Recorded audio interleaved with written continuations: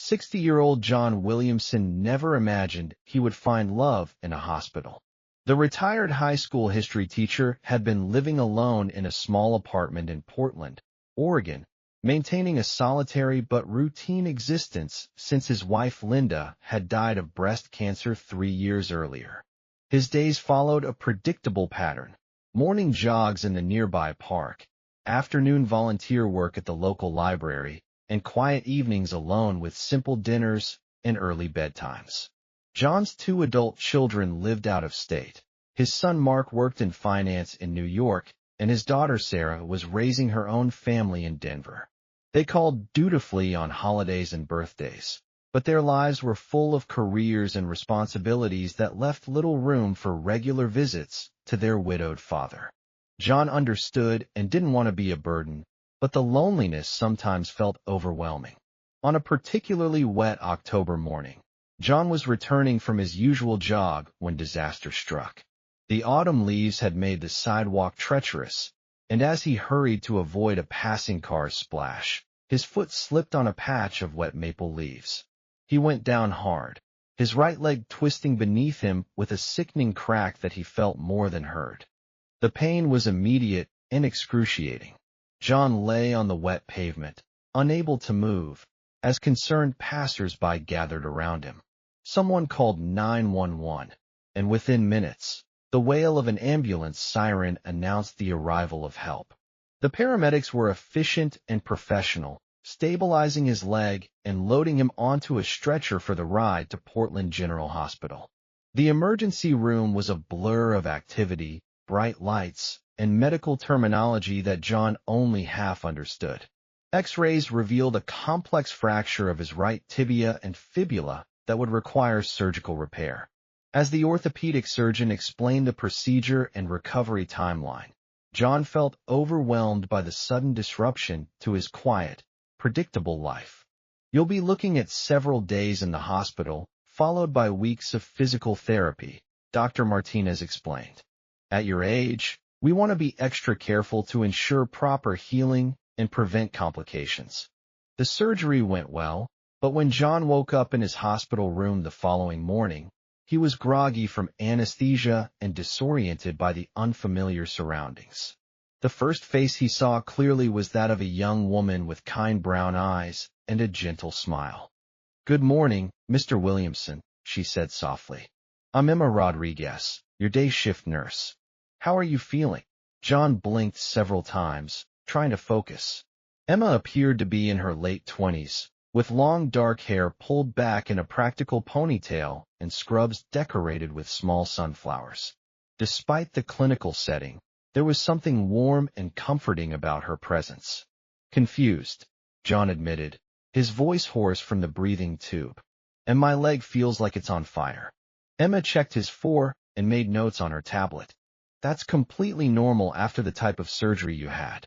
Let me adjust your pain medication, and you should feel more comfortable soon." Over the following days, Emma became a constant and reassuring presence in John's recovery. She was attentive without being intrusive, professional yet warm in her interactions. John found himself looking forward to her visits, not just for the medical care she provided, but for the brief conversations that broke up the monotony of hospital routine. Emma had graduated from nursing school 2 years earlier and was working toward her bachelor's degree through evening classes. She was passionate about her profession and spoke enthusiastically about patient care and medical advances. John was impressed by her intelligence and dedication, qualities that reminded him of his best students during his teaching career. "What made you choose nursing?" John asked during one of her medication rounds. Emma smiled as she adjusted his pillows. "My grandmother was chronically ill when I was growing up, and I spent a lot of time in hospitals with her. I saw how much difference a caring nurse could make in someone's experience. Some were just doing their jobs, but others made even the worst days bearable through their compassion and skill." "And which type are you?" John asked with a slight smile. "I try to be the kind of nurse I would want caring for my own grandmother," Emma replied. "Every patient deserves to feel valued and cared for, not just treated." As John's stay extended due to complications with his healing, He and Emma developed an easy rapport. She would linger in his room when her schedule allowed, and their conversations ranged from current events to literature to their respective life experiences. John found himself energized by these interactions in a way he hadn't felt since Linda's death. Emma was clearly intelligent and well-read, despite their 33-year age difference. She had opinions about history and politics that challenged John's assumptions and made him think in new ways. When she learned about his teaching background, she began bringing articles and books that sparked lengthy discussions about education and social issues. "You remind me of my favorite professor in college," Emma told him one afternoon. "He made every subject interesting, even statistics, which I thought was impossible." John felt a warmth that had nothing to do with his pain medication. "Teaching was the best job in the world when I had students who genuinely wanted to learn. Unfortunately, those became rarer over the years." "Their loss," Emma said simply. "I can tell you were good at it." After 2 weeks in the hospital, John was finally cleared for discharge to a rehabilitation facility where he would continue his recovery. The prospect of leaving filled him with unexpected sadness, not because he would miss the hospital, but because he would miss Emma. On his last morning, Emma came to his room early, before the discharge paperwork was completed. "I wanted to say goodbye properly," she said, seeming unusually nervous. "You've been one of my favorite patients, Mr. Williamson. Your recovery has been inspiring to watch." "Call me John, please," he said. "And Emma, I want you to know that you've made this entire experience bearable. You're going to be an exceptional nurse." Emma blushed slightly. "Thank you. That means a lot coming from you." John hesitated, then took a chance. "Emma, would it be appropriate for me to stay in touch? I don't have many friends in the city, and I've really enjoyed our conversations." Emma's face lit up. "I would love that. Let me give you my personal phone number." The rehabilitation facility was competent but sterile compared to John's interactions with Emma. The physical therapy was challenging and sometimes painful, but John was motivated by the prospect of regaining his independence and, if he was honest with himself, by the hope of seeing Emma again. They began texting regularly, simple messages at first about his recovery progress and her work challenges. Gradually, their communications became more personal and frequent. Emma would send photos of interesting things she encountered during her day, and John would share articles he thought might interest her. 3 weeks after his discharge, John worked up the courage to ask Emma to meet for coffee. He was nervous about the invitation, aware of their age difference, and unsure whether her friendliness had been merely professional courtesy. "I would love to," Emma replied without hesitation. "I've been hoping you would ask." They met at a small cafe near the hospital on Emma's day off. John arrived early, nervous as a teenager on his first date. When Emma walked in wearing jeans and a sweater instead of her hospital scrubs, John was struck again by how beautiful she was. Their conversation flowed easily, covering topics they had touched on during his hospital stay and exploring new areas of common interest. Emma was curious about John's teaching career and his travels with Linda, while John was fascinated by Emma's experiences in nursing school and her plans for continuing education. "Can I ask you something personal?" Emma said toward the end of their coffee date. John nodded, bracing himself. "Why haven't you dated since your wife passed away? I mean, you're an attractive, intelligent man with a lot to offer." John considered his answer carefully. "Honestly, I haven't felt ready. Linda and I were together for 35 years, and after she died, I couldn't imagine wanting to share my life with anyone else. Until recently, I haven't felt like I had anything to offer a new relationship. And now," Emma asked softly, "now I'm starting to think maybe I was wrong about that." Their coffee dates became a regular weekly occurrence, then twice weekly, then frequent dinners and weekend outings. John found himself rediscovering interests he had abandoned after Linda's death. Emma encouraged him to return to hiking, a passion he had shared with his late wife, and she often joined him on easier trails as his leg continued to heal. Emma's family was initially skeptical of her relationship with a man 33 years her senior. Her parents, both immigrants from Mexico who had worked hard to provide their daughter with educational opportunities, worried that John might be taking advantage of her youth and naivety. Mija, her mother said during a family dinner where John's name came up, "This man is old enough to be your father. What kind of future can you have with someone like that?" Emma defended the relationship passionately. "Mom, John treats me with more respect and consideration than any man my own age ever has. He's interested in my thoughts and opinions, he encourages my career goals, and he makes me laugh. Isn't that what matters?" John's children were equally concerned when he finally told them about Emma during their monthly phone calls. "Dad, are you sure about this?" Sarah asked. "I mean, what do you two possibly have in common? She's young enough to be your daughter." Mark was more direct. "Dad, I'm worried she might be after your money or taking advantage of you while you're vulnerable after Mom's death." John understood their concerns, but was hurt by their assumptions about Emma's character. "She doesn't even know about the life insurance money or the pension. She's never asked me for anything except my company and conversation.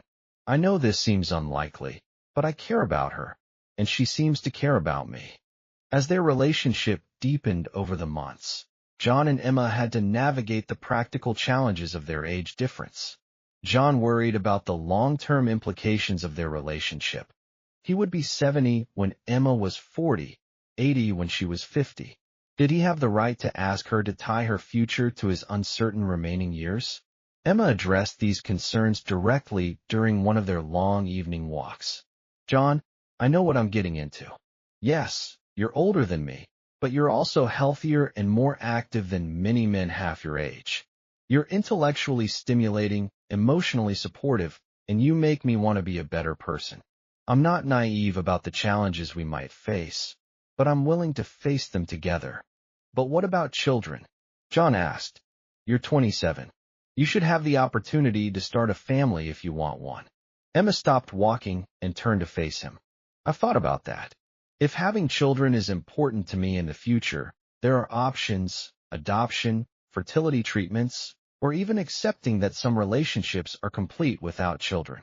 What I know for certain is that I would rather have whatever time I can have with you than waste years looking for someone who might never make me as happy as you do." 8 months after their first coffee date, John proposed to Emma during a weekend trip to the Oregon coast. He had been planning the proposal for weeks, finally choosing a moment when they were walking along the beach at sunset, Emma's favorite time of day. "Emma," he said, stopping to face her as waves crashed nearby, "I know this might seem crazy given our circumstances, but I love you more than I ever thought possible again. Will you marry me?" Emma's eyes filled with tears as she said yes, without hesitation. The engagement ring John had chosen was simple but elegant, reflecting Emma's practical nature and his desire to honor their unique love story. The wedding planning process revealed the depth of opposition they still faced from some quarters. Emma's extended family remained skeptical, with some relatives refusing to attend the ceremony. John's children agreed to be present, but made it clear they had reservations about the marriage. Despite these challenges, John and Emma proceeded with their plans for a small, intimate ceremony. They were married in the hospital chapel where they had first met, with Dr. Martinez performing the ceremony and several of Emma's nursing colleagues serving as witnesses. The symbolism wasn't lost on either of them. Their love had literally grown from John's moment of greatest vulnerability and Emma's professional compassion. The early months of marriage required significant adjustment for both of them. Emma moved into John's apartment, and they had to learn to navigate shared domestic space and coordinate their different schedules. Emma was working 12-hour hospital shifts while John maintained his volunteer commitments and physical therapy appointments. Money was not an issue, thanks to John's teacher's pension, Social Security, and the life insurance settlement from Linda's death. This financial security allowed Emma to reduce her working hours slightly and return to school part-time to complete her bachelor's degree in nursing. John threw himself into supporting Emma's educational goals, helping her study for exams, and providing emotional support during stressful clinical rotations. His teaching background proved invaluable in helping Emma organize her coursework and develop effective study strategies. "You're a better study partner than anyone I had in nursing school," Emma told him after acing a particularly difficult pharmacology exam. "You should consider tutoring nursing students." The suggestion sparked John's interest, and he began volunteering with the nursing program at a local community college, helping students with writing assignments and test preparation. The work gave him a sense of purpose and connected him to Emma's professional world in meaningful ways. 18 months into their marriage, Emma announced that she was pregnant. The news was both thrilling and terrifying for John, who would be 62 when the baby was born. At an age when many men were becoming grandfathers, he was about to become a father again. Emma's pregnancy proceeded smoothly, with John attending every doctor's appointment and reading extensively about pregnancy, childbirth, and parenting. His previous experience raising Mark and Sarah felt like ancient history, and he wanted to be as prepared as possible for this unexpected second chance at fatherhood. "Are you nervous about being an older dad?" Emma asked during her third trimester. John considered the question carefully. "Terrified," he admitted, "but also more excited than I've been about anything in years. I have patience and perspective now that I didn't have when Mark and Sarah were born. I was so focused on building my career then that I missed a lot of moments I can't get back." Their daughter, Sophia Linda Williamson, was born on a bright spring morning after a relatively easy labor. John was present for the delivery, and when the doctor placed his newborn daughter in his arms, he was overwhelmed by emotions he thought he would never experience again. Emma recovered quickly from childbirth and proved to be a natural mother, combining her professional medical knowledge with intuitive nurturing skills. John marveled at her competence and energy, especially during the sleep-deprived early weeks when Sophia's feeding schedule dominated their lives. Being a father at 62 presented unique challenges. John tired more easily than younger fathers, and some aspects of infant care required physical stamina he no longer possessed. However, his life experience and emotional maturity provided advantages that compensated for any physical limitations. John's relationship with his older children improved significantly after Sophia's birth. Mark and Sarah were charmed by their baby sister and impressed by their father's obvious joy in his new role. They began to understand that Emma had brought genuine happiness into John's life rather than simply taking advantage of his loneliness. "Dad seems like a completely different person," Sarah confided to Mark during one of their visits. "He's more engaged and energetic than he's been since Mom died. Maybe we were wrong about Emma." Emma's family also came around gradually, won over by John's obvious devotion to their daughter and granddaughter. Her mother, initially the most skeptical, became one of John's strongest supporters after witnessing his gentle care of Sophia during family gatherings. "He loves you both so much," Emma's mother told her daughter. "Age is just numbers when the heart is good." The practical aspects of their unusual family situation required careful planning. John and Emma established trust funds for Sophia's education and created detailed legal documents to ensure Emma's financial security in the event of John's death. They also made arrangements for John's older children to maintain relationships with Sophia regardless of future circumstances. John's health remained excellent despite his age, aided by Emma's medical knowledge and his motivation to stay active for his young family. Regular exercise, proper nutrition, and the emotional satisfaction of his new life seemed to energize rather than exhaust him. As Sophia grew from infant to toddler, the age difference between her parents became less noticeable in their daily interactions. John's patience and teaching background made him an excellent father for a curious, active child. Emma appreciated having a partner who could handle bedtime stories and educational activities while she managed more physically demanding aspects of childcare. The hospital where Emma worked became a second family for their unusual household. John was a familiar figure in the pediatric ward when he brought Sophia to visit Emma during her shifts, and many of Emma's colleagues had become close friends who supported their relationship despite its unconventional nature. Sophia's second birthday party was attended by a diverse group that included John's former teaching colleagues, Emma's nursing friends, both sets of grandparents, and John's adult children with their own families. The celebration represented the successful blending of different generations and backgrounds into a loving, extended family. Now, at 64, John often reflects on the accident that changed his life so dramatically. What had seemed like a disaster at the time, a painful fall that left him temporarily disabled, had actually been the beginning of the most fulfilling period of his life. Emma, now 30, had completed her bachelor's degree and was considering pursuing a master's in nursing administration. John fully supported her career ambitions and had adjusted his own activities to provide more childcare support for Sophia, now a precocious 3-year-old who spoke in complete sentences and showed early signs of inheriting both parents' intelligence. The family's daily routine reflected their successful adaptation to their unique circumstances. John handled morning routines with Sophia, while Emma worked early hospital shifts, and Emma took over afternoon and evening care when she returned home.